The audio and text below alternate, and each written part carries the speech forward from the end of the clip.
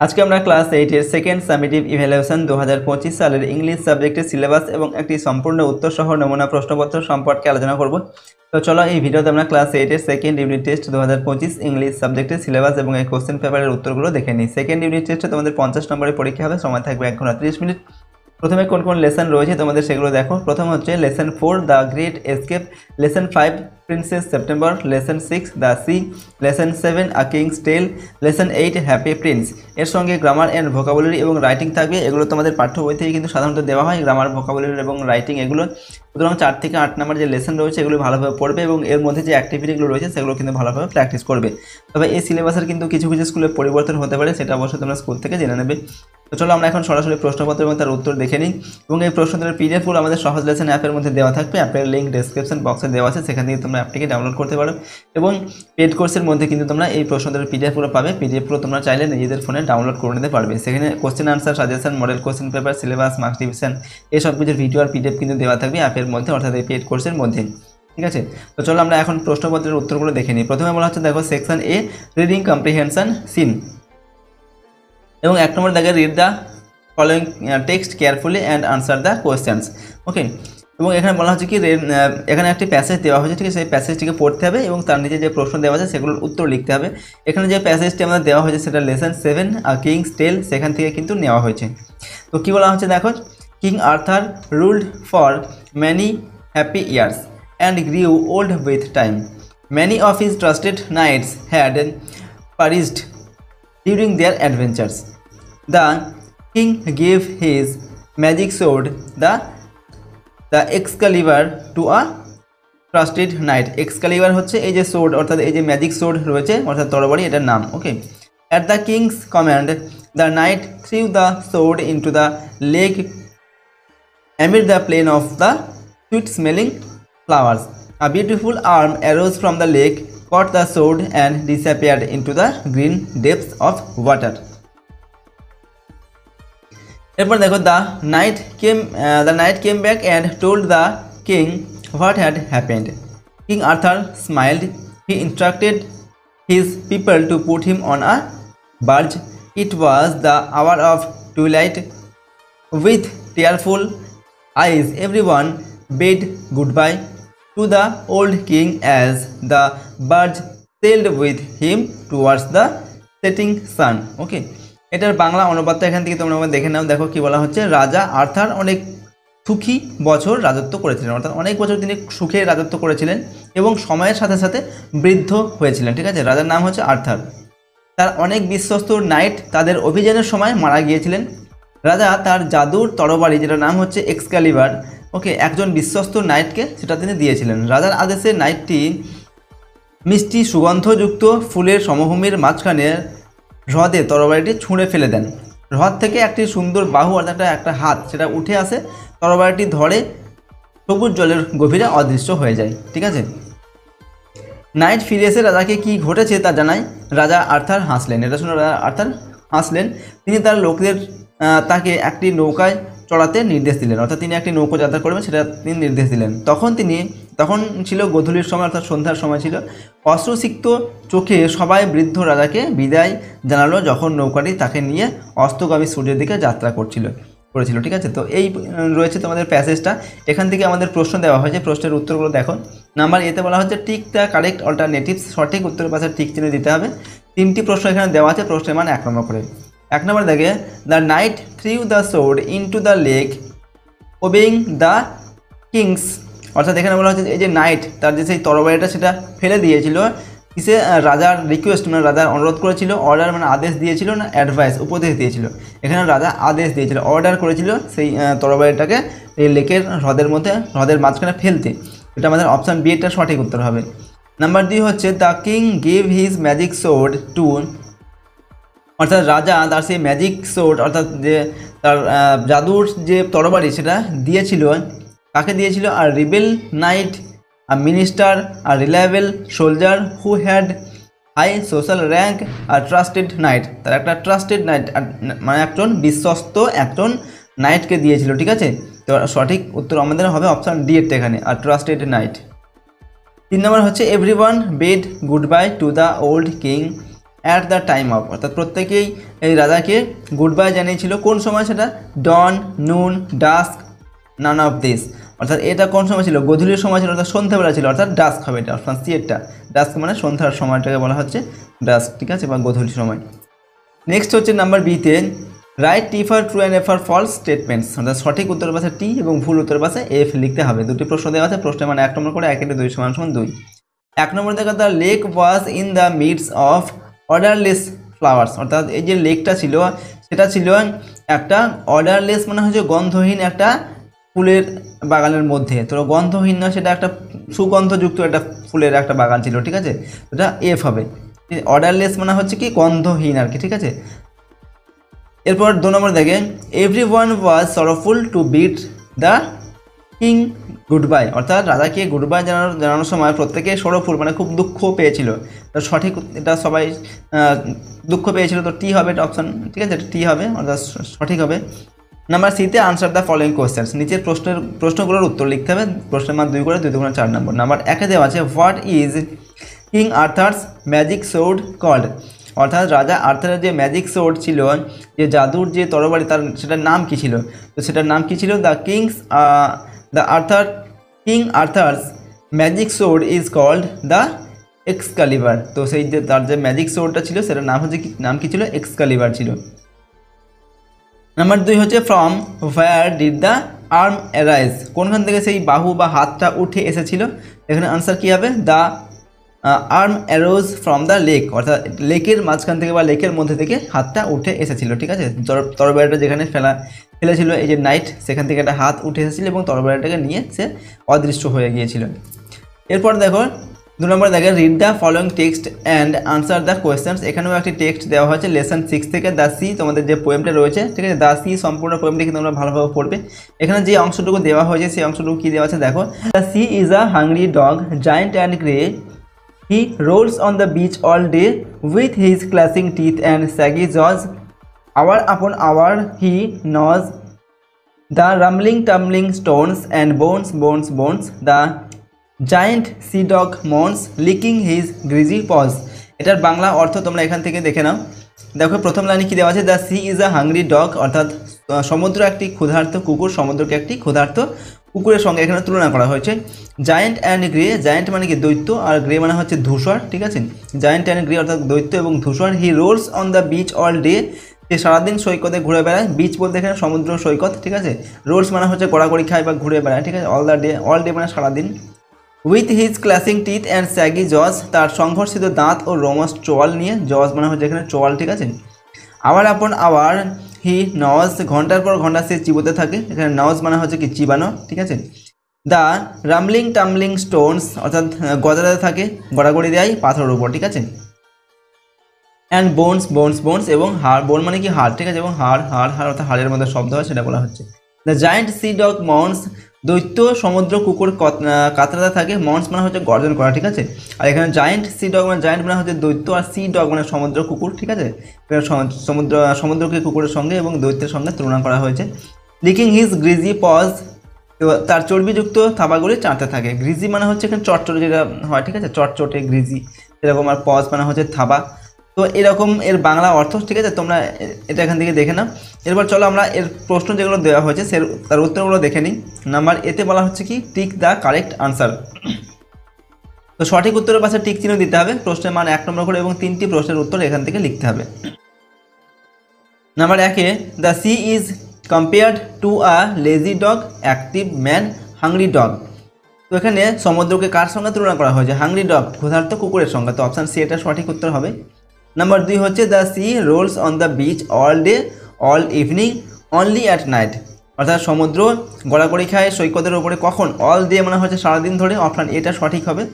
3 নম্বর হচ্ছে, the sea seen as a dog has greasy paws, surf paws, small paws. এখানে সমুদ্রের একটা কুকুরের সঙ্গে সমুদ্রকে তুলনা করা হয়েছে, ঠিক আছে, এবং তার যে থাবা সেটা কার সঙ্গে কীরকম বলা হয়েছে? গ্রিজি পজ বলা হয়েছে, ঠিক আছে, গ্রিজি পজ। তো অপশান এটা সঠিক হবে। নাম্বার বিতে, complete the following sentences with the help of the above text. এখানে এই যে সেন্টেন্সগুলো দেওয়া আছে এগুলোকে সম্পূর্ণ করতে হবে, যে টেক্সটটা বা যে প্যাসেজটা আমরা পড়লাম সেখান থেকে তথ্য নিয়ে। প্রশ্নের মান 2 করে, দুটির প্রশ্নের জন্য 4 নম্বর এখানে দেওয়া আছে। নাম্বার 1-এ, the sea rolls on the beach with his clashing teeth and shaggy jaws. ঠিক আছে, যেটা আমরা পড়লাম সেখান থেকে নিয়ে অংশটুকু কিন্তু লিখলাম। নাম্বার 2 হচ্ছে দ্য জায়েন্ট সি নজ কী হবে, দ্য রামলিং টামলিং স্টোন, অর্থাৎ যে অংশটুকু দেওয়া আছে তার পরের অংশটুকু আমাদের লিখতে হবে। নাম্বার সিতে দেওয়া আছে আনসার দ্য ফলোয়িং কোয়েশ্চেন্স, এখানে প্রশ্নের উত্তর লিখতে হবে, 2 করে প্রশ্নের মান 2 2 4 নম্বর দেওয়া আছে দুটি প্রশ্নের জন্য। Number 1 what does the sea look like, অর্থাৎ সমুদ্রটা কিসের মতো দেখতে, তো the sea looks like a hungry dog, সমুদ্রকে একটা হাংরি বা ক্ষুধার্ত কুকুরের সঙ্গে এখানে দেখানো হয়েছে বা তুলনা করা হয়েছে। 2 নম্বর হচ্ছে how are the paws of giant sea dog, অর্থাৎ এই যে দৈত্য সমুদ্র কুকুর এর যে থাবা সেগুলো কীরকম, তো কী লিখবে, the paws of giant sea dog are greasy, এই যে থাবা সেগুলো হচ্ছে গ্রিজি, মানে হচ্ছে কি চটচটে আর কি। ঠিক আছে, এরপর দেখো রিডিং কম্প্রিহেনশন আনসিন, এখানে একটি আনসিন প্যাসেজ দেওয়া হয়েছে। 3 নম্বর দাগে বলা হচ্ছে read the passage carefully and answer the question following question, অর্থাৎ প্যাসেজটি পড়ে তার নিচের প্রশ্নের উত্তরগুলোকে লিখতে হবে। এটা তোমাদের বইতে নেই, অন্য কোথাও থেকে কিন্তু তুলে দেওয়া হয়েছে এই আনসিন প্যাসেজটিকে। তো দেখো এখানে বলা হচ্ছে the 92-year-old Pandit passed away on Wednesday at California Scripps Memorial Hospital where he had undergone a heart valve replacement surgery at last week. It is with heavy hearts we write to inform you that Pandit Ravi Shankar, husband, father and musical soul, passed away today, his wife Sukarna and daughter Anushka said in a joint statement. Born in Varanasi on 7 April 1920 to the Diwan in the erstwhile court of Jhalwar in Rajasthan, Ravi Shankar's artistic life began at 10 as the youngest member of Paris-based dance troupe of his celebrated brother of Uday Shankar. এরপর দেখো those formative years laid the foundation of Catholicity in music that was reinforced by the training under Alauddin Khan of Maihar. ওকে, মাইহার এর যে বাংলা অনুবাদ সেটা দেখো এখান থেকে কী বলা হচ্ছে, 92 অর্থাৎ 92 বছর বয়সী পণ্ডিতজি বুধবার ক্যালিফোর্নিয়ার ক্রিপস মেমোরিয়াল হাসপাতালে মারা যান, যেখানে গত সপ্তাহে তার হার্টের ভালভ প্রতিস্থাপনের অস্ত্রোপচার করা হয়েছিল। দুঃখের সাথে আমরা আপনাকে জানাতে চাই যে স্বামী, পিতা এবং সঙ্গীতের প্রাণ পণ্ডিত রবিশঙ্কর আজ মারা গেছেন। তার স্ত্রী সুকন্যা এবং কন্যা অনুষ্কা এক যৌথ বিবৃতিতে বলেছেন। 1920 সালের 7 এপ্রিল বারাণসীতে রাজস্থানের ঝালওয়ারের পূর্বতন দরবারের দেওয়ানের ঘরে জন্মগ্রহণকারী রবিশঙ্করের শৈল্পিক জীবন শুরু হয়েছিল 10 বছর বয়সে তার বিখ্যাত ভাই উদয় শঙ্করের প্যারিস ভিত্তিক নৃত্য দলের সর্বকনিষ্ঠ সদস্য হিসাবে। এই গঠনমূলক বছরগুলির সঙ্গীতে ক্যাথলিক ধর্মের ভিত্তি স্থাপন করেছিল, যা মাইহারের আলাউদ্দিন খানের অধীনে তার প্রশিক্ষণের মাধ্যমে আরও শক্তিশালী হয়েছিল। ওকে, তো এইটা প্যাসেজটা তোমাদের রয়েছে, এর বাংলা অনুবাদটা হচ্ছে এটা। এবার এখান থেকে প্রশ্ন দেওয়া হয়েছে, প্রশ্নের উত্তরগুলো দেখো। নাম্বার এতে দেওয়া আছে চুজ দ্য কারেক্ট অল্টারনেটিভ, সঠিক উত্তরের পাশে এখানে টিক দিতে হবে। প্রশ্নের মানে 1 নম্বর করে, এখানে 4টি প্রশ্নের জন্য 4 নম্বর দেওয়া আছে। Number 1 Pandit died at the age of 95, 96, 92, 90, অর্থাৎ এই পণ্ডিত কত বছর বয়সে মারা গিয়েছিলেন, তার বয়সটা তখন কত ছিল, 92 ছিল, 92 বছর বয়স ছিল। 2 নম্বর হচ্ছে Pandit had undergone a heart surgery, brain surgery, knee surgery, plastic surgery. তো পণ্ডিত তাকে কোন সার্জারি তাকে করা হয়েছিল, হার্ট সার্জারি। ঠিক আছে, হার্ট সার্জারি করা হয়েছিল, তো অপশান এটা সঠিক উত্তর হবে। 3 নম্বর হচ্ছে here Pandit refers to Alauddin Khan, Ravi Shankar, Uday Shankar, the Diwan, অর্থাৎ এখানে পণ্ডিত বলতে কাকে বোঝানো হয়েছে, পণ্ডিত বলতে এখানে রবি শঙ্করকে বোঝানো হয়েছে, অপশান বিটা হবে সঠিক উত্তর। 4 নম্বর হচ্ছে the name of Ravi Shankar's daughter is Sukanya, Anushka, Anusuya না সুরেন্দ্র, অর্থাৎ এই পণ্ডিত রবি শঙ্করের যে মেয়ে তার নাম কি, কন্যার নাম কি, কন্যার নাম হচ্ছে অনুষ্কা। ঠিক আছে, অনুষ্কা, সুকন্যা হচ্ছে তার স্ত্রীর নাম। ওকে, এরপর হচ্ছে পরের প্রশ্ন নাম্বার বিতে complete the following sentences with information from the text, যে প্যাসেজটা আমরা পড়লাম সেখান থেকে তথ্য নিয়ে এই সেন্টেন্সগুলোকে সম্পূর্ণ করতে হবে। এখানে 3টি প্রশ্ন দেওয়া আছে, প্রতিটার মান 1 নম্বর করে, 1 × 3 = 3। নাম্বার 1 পণ্ডিত ওয়াজ বোর্ন, এখানে কী হবে, Pandit was born on 7 April 1920 to the dewan in erstwhile court of Jhalawar in Rajasthan. ঠিক আছে, তো এটা আমরা লিখলাম, পরের অংশটুকু যেটা দেওয়া আছে তার পরের অংশটা লিখতে হবে। নাম্বার 2 হচ্ছে his wife Sukanya had daughter Anushka said that Pandit Ravishankar had passed away. ঠিক আছে, অর্থাৎ তার স্ত্রী সুকন্যা এবং তার মেয়ে হচ্ছে অনুষ্কা, তারা কি বলেছিলেন যে পণ্ডিত রবিশঙ্কর মারা গেছেন। 3 নম্বর হচ্ছে হি পাস্ট অ্যাওয়ে অ্যাট, তিনি মারা গিয়েছিলেন কোথায়? ক্যালিফোর্নিয়া ক্রিপস মেমোরিয়াল হসপিটালে। ঠিক আছে, ক্রিপস মেমোরিয়াল হসপিটাল, সেখানে তিনি মারা গিয়েছিলেন। এরপর যেটা রয়েছে নাম্বার সিতে, আনসার দ্য ফলোয়িং কোয়েশ্চেন্স, এখানে প্রশ্নের উত্তর লিখতে হবে। প্রশ্নের মান 2 করে 3টি প্রশ্ন দেওয়া আছে, 6 নম্বর এখানে দেওয়া হয়েছে 3টির জন্য। প্রথমে number 1, when and how Ravishankar's artistic life begin, অর্থাৎ রবিশঙ্করের এই যে আর্টিস্টিক লাইফ, তার যে শৈল্পিক জীবন, সেটা কোথায় এবং কিভাবে শুরু হয়েছিল। হোয়েন দেওয়া আছে, হোয়েন মানে হচ্ছে কবে এবং কিভাবে শুরু হয়েছিল। ঠিক আছে, Ravishankar's artistic life began at the age of 10, অর্থাৎ রবিশঙ্করের যে শৈল্পিক জীবন সেটা শুরু হয়েছিল তার মাত্র 10 বছর বয়সে, as the youngest member of Paris based dance troupe of his celebrated brother of Uday Shankar. Okay, 2 নম্বর হচ্ছে what kind of surgery did Ravishankar undergo and where, অর্থাৎ কোথায় এবং কী সার্জারি রবিশঙ্কর করা হয়েছিল এবং কোথায় করা হয়েছিল সেই সার্জারিটা। ঠিক আছে, তো তার কি হার্ট সার্জারি করা হয়েছিল। ঠিক আছে, তো লিখতে হবে আমাদের কি, Ravishankar had undergone a heart valve replacement surgery. ঠিক আছে, at California Scripps Memorial Hospital, অর্থাৎ ক্যালিফোর্নিয়ার স্ক্রিপস মেমোরিয়াল হসপিটালে তার যে হার্ট ভালভ রিপ্লেসমেন্টের এই যে সার্জারি সেটা সেখানে করা হয়েছিল। 3 নম্বর হচ্ছে when and where was Ravishankar born, কোথায় এবং কত খ্রিস্টাব্দ বা কবে রবিশঙ্কর জন্মগ্রহণ করেছিলেন। তো Ravishankar was born in Varanasi on 7 April 1920 on the to the dewan in the erstwhile court of Jhalawar in Rajasthan. ঠিক আছে, 1920 খ্রিস্টাব্দে 7 এপ্রিল তিনি জন্মগ্রহণ করেছিলেন। ঠিক আছে, রাজস্থানের জালবার এখানে। ঠিক আছে, section B grammar and vocabulary, এখানে নাম্বার 4 এতে বলা হচ্ছে underline and identify the phrase in the following sentences. এখানে এই যে সেন্টেন্সগুলো দেওয়া আছে এখানে আইডেন্টিফাই করতে হবে এবং আন্ডারলাইন করতে হবে কোনটা ফ্রেজ। ঠিক আছে, কী ধরনের ফ্রেজ সেটা লিখতে হবে এবং সেটাকে আন্ডারলাইন করতে হবে কোনটা ফ্রেজ। 2টি প্রশ্ন দেওয়া আছে, প্রশ্নের মান 1 করে 1 × 2 = 2। Number 1, she is a lady of great patience, অর্থাৎ সে অফ গ্রেট পেশেন্স মানে হচ্ছে ধৈর্য। ঠিক আছে, এই যে মহিলার কথা এখানে বলা হচ্ছে তিনি খুব ধৈর্যশীল মহিলা আর কি। ঠিক আছে, এখানে অফ গ্রেট পেশেন্স এটা হচ্ছে একটি ফ্রেজ, অর্থাৎ এটার অর্থ হচ্ছে ধৈর্যশীল এবং এটা হচ্ছে একটি নাউন ফ্রেজ। ঠিক আছে, 2 নম্বর, the wind blew with great speed, বাতাস খুব জোরে বইছে। এখানে উইথ গ্রেট স্পিড মানে হচ্ছে জোরে, এটা হচ্ছে একটা ফ্রেজ এবং এটা হচ্ছে অ্যাডভার্বিয়াল ফ্রেজ। এরপর number B, underline the clauses in the following sentences and state what kind of clauses they are, অর্থাৎ এখানে যে সেন্টেন্সগুলো দেওয়া আছে এখানে কোনটা ক্লজ সেটা আইডেন্টিফাই করতে হবে এবং কী ক্লজ সেটাও লিখতে হবে। 2টি প্রশ্ন দেওয়া আছে, প্রশ্নের মান 1 করে 1 × 2 = 2। Number 1, I hope that my uncle will visit me, আমি আশা করি যে আমার কাকা আমার সঙ্গে দেখা করবেন।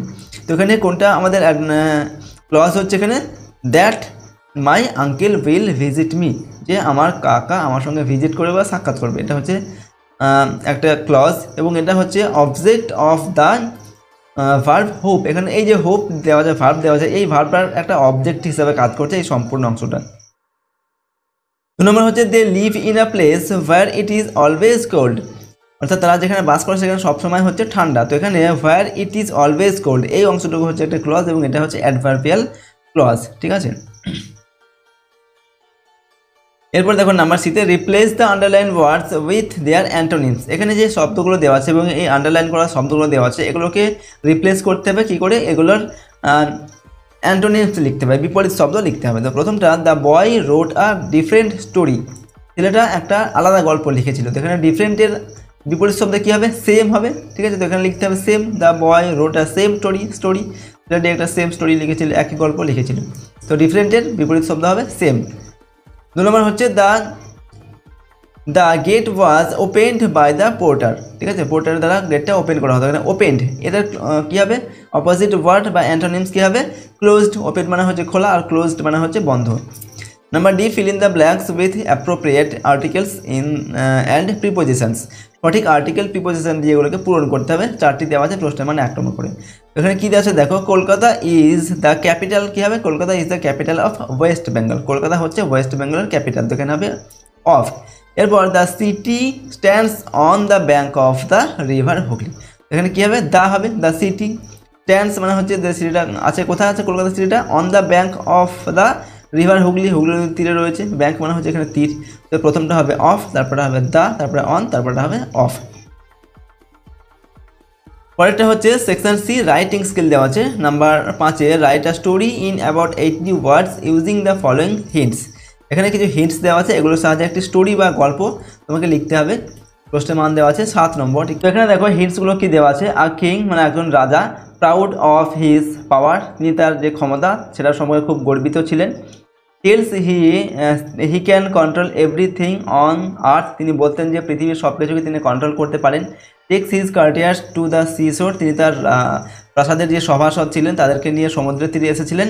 Orders the waves to move back, তিনি সমুদ্রের ঢেউকে আদেশ দিয়েছিলেন ফিরে যাওয়ার জন্য। The waves lash at the feet of the king, কিন্তু সমুদ্রের ঢেউ রাজার পায়ের কাছে এসে ধাক্কা দিয়েছিল। Okay, king moves back in fear, এবং রাজা সেখান থেকে ভয়ে পালিয়ে গেল। তো এটাকে নিয়ে আমাদের এই আউটলাইনগুলোকে নিয়ে গল্পটাকে লিখতে হবে।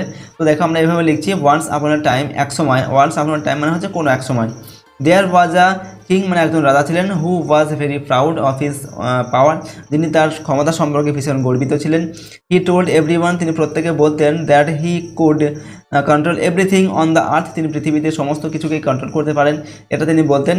One day to show how powerful he was, একদিন তিনি কী করলেন, তিনি যে কতটা ক্ষমতাশালী সেটাকে দেখানোর জন্য, হি টুক হিজ কার্টিয়ার্স, তিনি তার কার্টিয়ার্স বা সভাসদদের নিয়ে আসলেন, টু দ্য সি শোর, সমুদ্রের তীরে।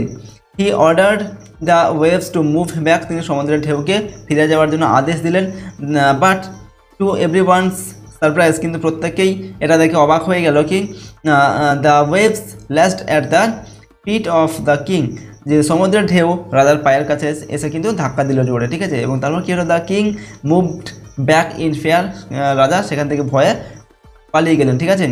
দ্যাট মেড হিম রিয়েলাইজ, এবং এটা তাকে রিয়েলাইজ করালো বা বোঝালো কি, that the nature or god is the most powerful in this world, অর্থাৎ প্রকৃতি এবং ঈশ্বরই হচ্ছে এই পৃথিবীতে সবথেকে বেশি ক্ষমতাশালী, তার থেকে বেশি ক্ষমতাশালী কিন্তু আর কেউ নেই। তো এটার উপর থেকে এটা হচ্ছে আমাদের লিখতে বলা হয়েছিল, ঠিক। এবং এটার যে বাংলা অর্থ সেটা দেখো আমরা এখানে দিয়ে রেখেছি, তোমরা একবার চাইলে এখান থেকে কিন্তু পড়ে নেবে।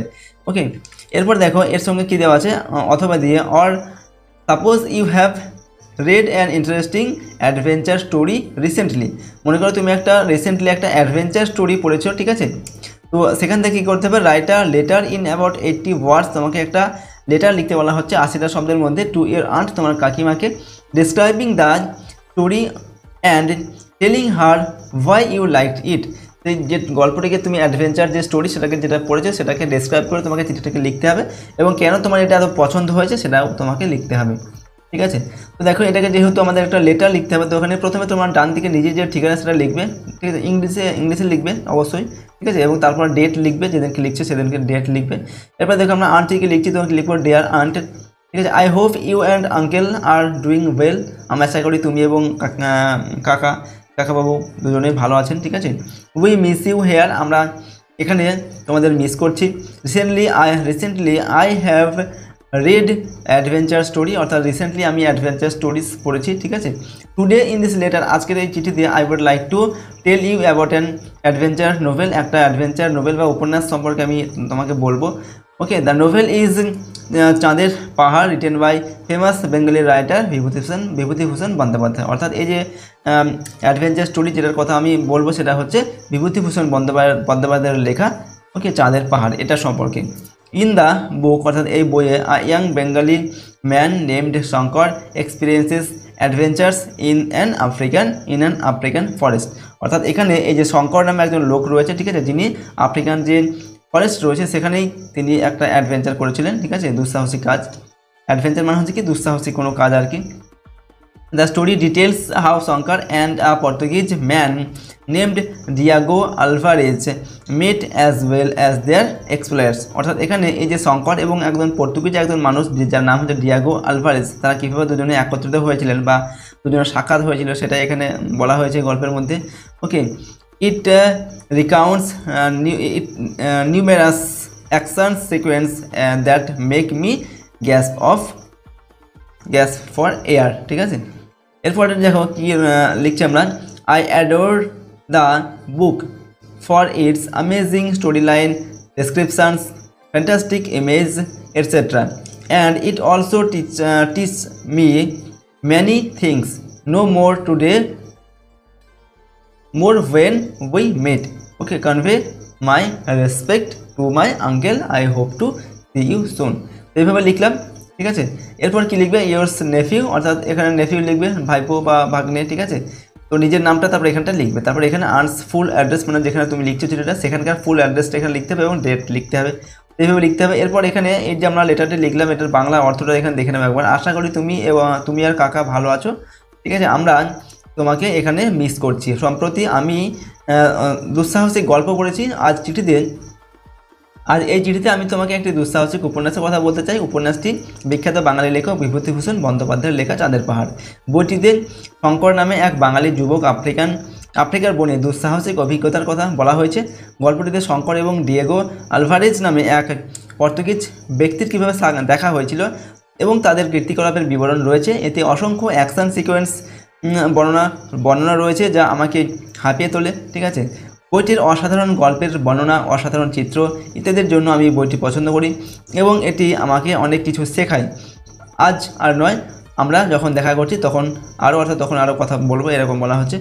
আমার কাকার প্রতি আমার শ্রদ্ধা জানায়, আমি আশা করি শীঘ্রই দেখা হবে। তো এইভাবে লিখেছি আমরা এই লেটারটিকে। ঠিক আছে, তো আজকে আমরা ক্লাস 8-এর সেকেন্ড ইউনিট টেস্ট 2025 সালের ইংলিশ সাবজেক্টের সিলেবাস এবং একটি নমুনা প্রশ্নপত্রের সম্পূর্ণ উত্তর আলোচনা করলাম। প্রশ্নোত্তরগুলো অবশ্যই তোমরা ভালোভাবে মুখস্থ করবে এবং প্র্যাকটিস করবে। সেই সঙ্গে তোমাদের 4 থেকে 8 নম্বর পর্যন্ত যে লেসনগুলো রয়েছে সেই লেসনগুলো অবশ্যই ভালোভাবে পড়বে এবং সেখানে যে অ্যাক্টিভিটিগুলো রয়েছে সেগুলো কিন্তু ভালোভাবে প্র্যাকটিস করবে।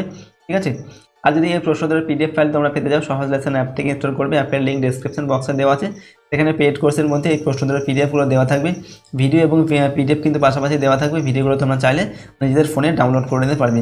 যদি আমাদের চ্যানেলে তোমরা নতুন হয়ে থাকো চ্যানেলটিকে প্লিজ সাবস্ক্রাইব করে রাখবে। পাশের বেল আইকনে প্রেস করার পর অল অপশানটিকে সিলেক্ট করবে।